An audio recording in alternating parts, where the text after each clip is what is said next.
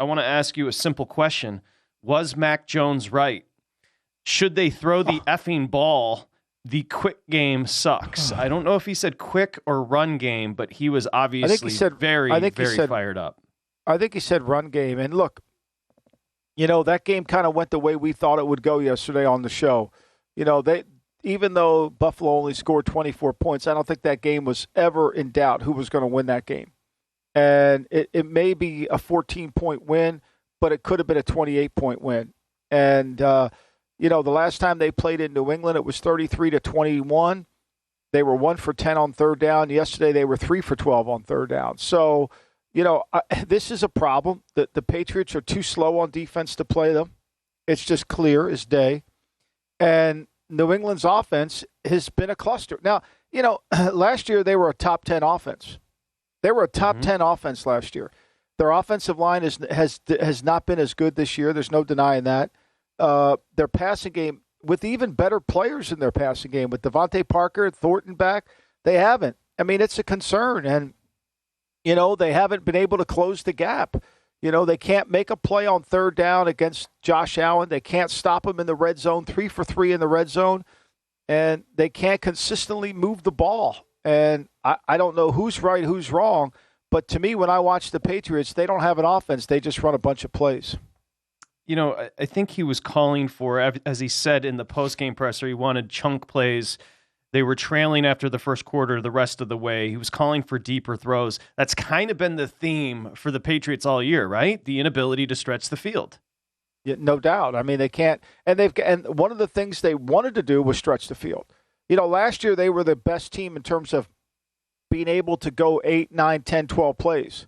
You could see it with the Raiders. I mean, Josh McDaniels' Raiders offense is very methodical, 4 yards, 7 yards, 10. They make some big plays, but the way he calls the game, he possesses the football. Yesterday, the Buffalo Bills possessed the ball 38 minutes to the Patriots 21. Patriots had the ball 9 plays in the second quarter, couldn't do anything with it. So, yeah, I mean, they don't have any – they have players that can get down the field. They don't have big strikeability. They don't. You can blame it on Mac Jones. You can blame it on – the offensive line. There's 1,000 reasons to blame it. It's just not there. All is last year they were a top 10 offense. This year they're not. Ended up closing 4. That was a pretty wild line movement if you think about it, Michael. Just the It made no sense, though, Patrick. It made no sense. It made no sense. It made no sense. I mean, there was no evidence. There was no evidence that New England was ever going to stop Buffalo. And the only way Buffalo was going to lose that game is if they turned it over. And once Buffalo got their running game going in the second quarter or late first quarter where they could run the football, and control the game, then the game was over. And they couldn't get off the field. New England can't get off the field on third down. They can't tackle the guy. They're not fast enough on defense. I don't know how many times I got to keep saying it, but when you play these six-back teams, you got to be fast at linebacker. Your defensive line has to be fast. And the Patriots aren't. They're just not. Bentley's out there, and he's always a half a man short. He just can't make a play. He's not fast enough. So when they go nickel, when they put Phillips down in the box along with Duger and they go in that big nickel look to give them more speed on the field, that's when Buffalo runs the ball on them. Then they're too small to play Buffalo's run. It's a real problem. And because they don't have linebackers that are the faster kind, and their defensive line isn't fast enough. And so they can't get off the field. I mean, New England hasn't been a good third down team all year. They don't get off the field on third down. But they play good in the red zone. Yesterday they didn't. Okay, admittedly, this is a selfish question. Then I'll get back to the handicapping.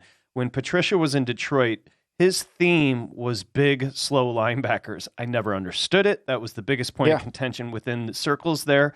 Is that something that Belichick has always touted? Because now you're talking about kind of the same thing. Linebackers that can't run as well. It's always been that way. What they want to be able to do is have big linebackers like Hightower that can attack the pocket and have versatility coming forward and going back. That works. Bentley's not nearly as good as Hightower. Let's put that out there.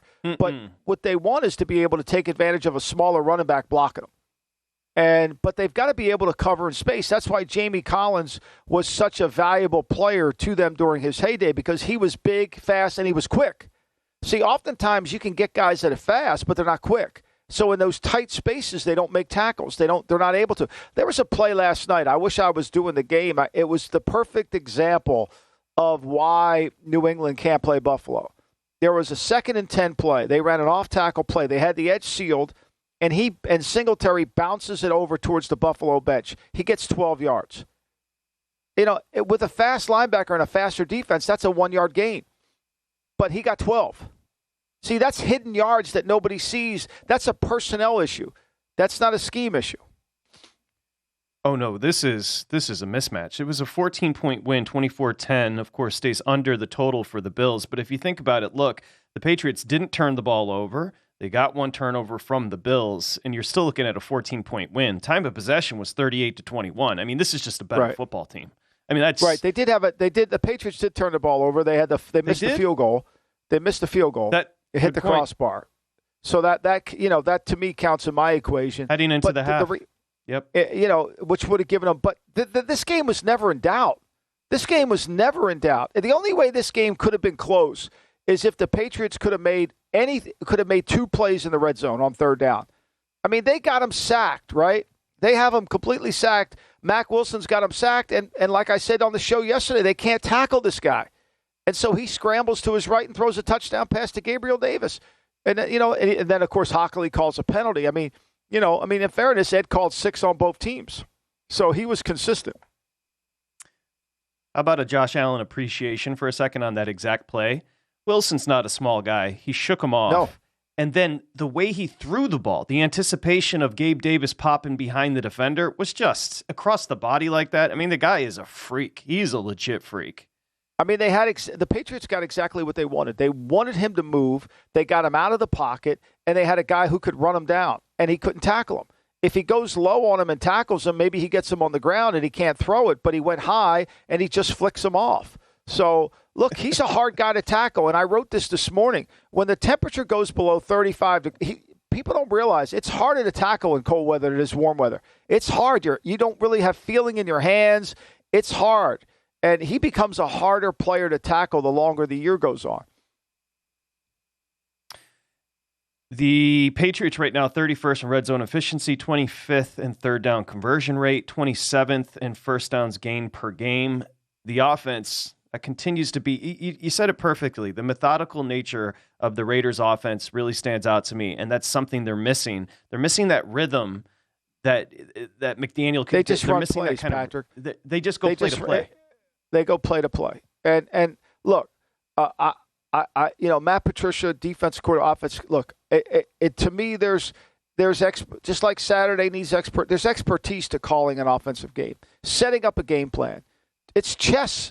It's a chess match, and I know he's seen it from the other side, from the defensive standpoint. But it's harder from the offensive standpoint. You have to be able to see the game in 3 dimensions.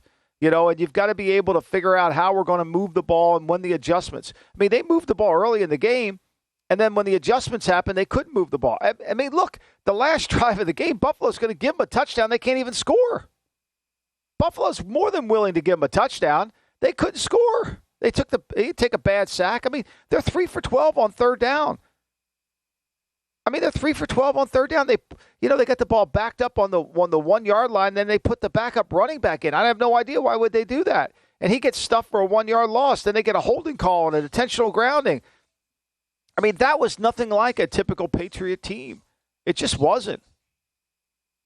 The comments this morning from Belichick were kind of supportive of Mac Jones. He liked the fire. He liked the fact that he was pissed. Your take on Jones, 22 of 36. I don't think this is a Jones problem, do you? I don't think this is a Jones problem. This is a systematic scheme problem here. This is a problem here. This is an offensive coordinator problem. I mean, I just don't think offensive coordinators take experience in years. I just don't think a guy who can call defense can do it. I don't think it's working. I think the bigger issue that goes without being said, the core foundation of the problems they have is their offensive line isn't well coached. It's just not technically sound. It's not good. It's supposed to be the strength of their team. Too many holding calls, too many missed blocks, too many not this. Fundamentally, they're not good. They don't get any movement in the running game. They don't do a good job on double teams. I mean, it's just not good. Visit VSiN.com to get current odds. Listen for free, find showtimes, and download VSiN sports betting podcasts.